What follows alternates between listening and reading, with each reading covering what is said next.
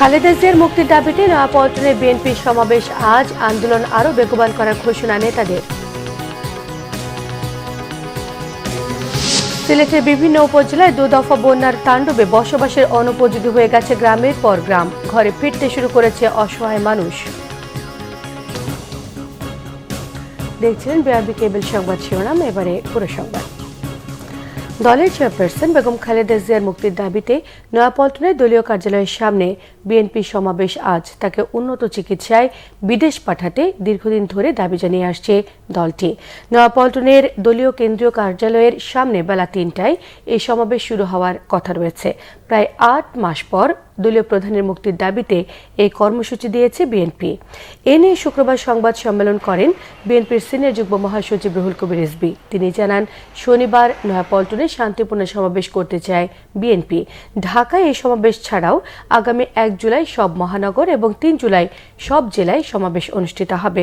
বেগম জিয়ার মুক্তির আন্দোলন আরও বেগবানের পাশাপাশি জনগণের অধিকার আদায়ে গণতান্ত্রিক আন্দোলন অব্যাহত রাখার কথাও জানিয়েছেন বিএনপির নেতারা। এই যে দেশ বিরোধী চুক্তি, এই চুক্তির বিরুদ্ধে যার অফুরন্ত প্রাণ শক্তিতে যিনি প্রতিবাদ করতেন, তার জনগণকে নিয়ে, জাতীয়তাবাদী শক্তিকে নিয়ে, তাকে আগেই বন্দি করে রাখো। তাকে নানাবিধ ষড়যন্ত্র করে খাবারের মধ্যে ওষুধ দিয়ে আস্তে আস্তে তাকে নিঃশেষ করে ফেলো।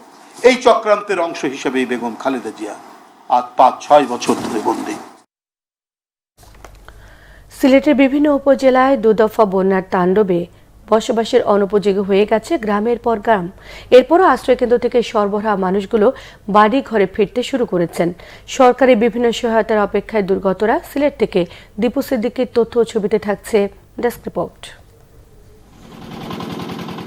মাত্র 15 দিনের ব্যবধানে 2 দফা বন্যায় সিলেটের 10টি উপজেলা এবং সিটি কর্পোরেশন এলাকার 23টি ওয়ার্ড প্লাবিত হয়।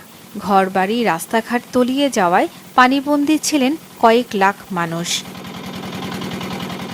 নতুন করে বৃষ্টি না হওয়ায় বন্যার পানি কমতে শুরু করেছে।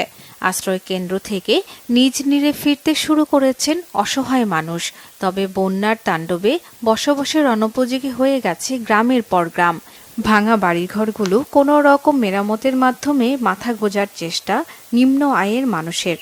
একটা গজবায় বন্যায় না, একটা গজবায় প্রত্যেক বছর আইলে বন্যায় আমার এই এলাকায় ক্ষতি করিয়া যায়। গেলবারও আগরবারও উইলা নিছন গিসা সপ্তাহ ঠিকঠাক করলাম, এবার কই আরো বারো চাইরো বাই ভাঙ্গিয়া লইয়া গেছন কি।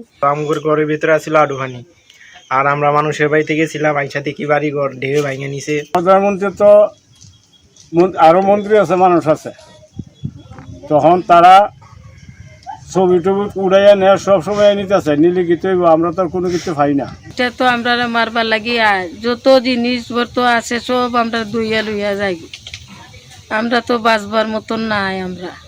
এদিকে সর্বস্ব হারানো মানুষগুলো মানসিক ও শারীরিকভাবে দীর্ঘমেয়াদী সংকটের মুখোমুখি হতে পারে বলে মনে করছেন স্বাস্থ্য বিশেষজ্ঞরা।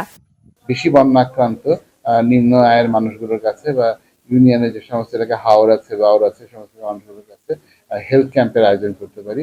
তাতে তারা সেখানে বিশেষায়িত হেলথ ক্যাম্পের দরকার নেই, লিভার চিকিৎসা, গ্যাস্ট্রোলজি চিকিৎসা, হার্ট চিকিৎসার দরকার নেই। প্রাথমিক পর্যায়ে যে রোগগুলো আছে সেগুলোকে প্রাথমিক একদম মাঠ পর্যায়ে সমাধানের চেষ্টা করা।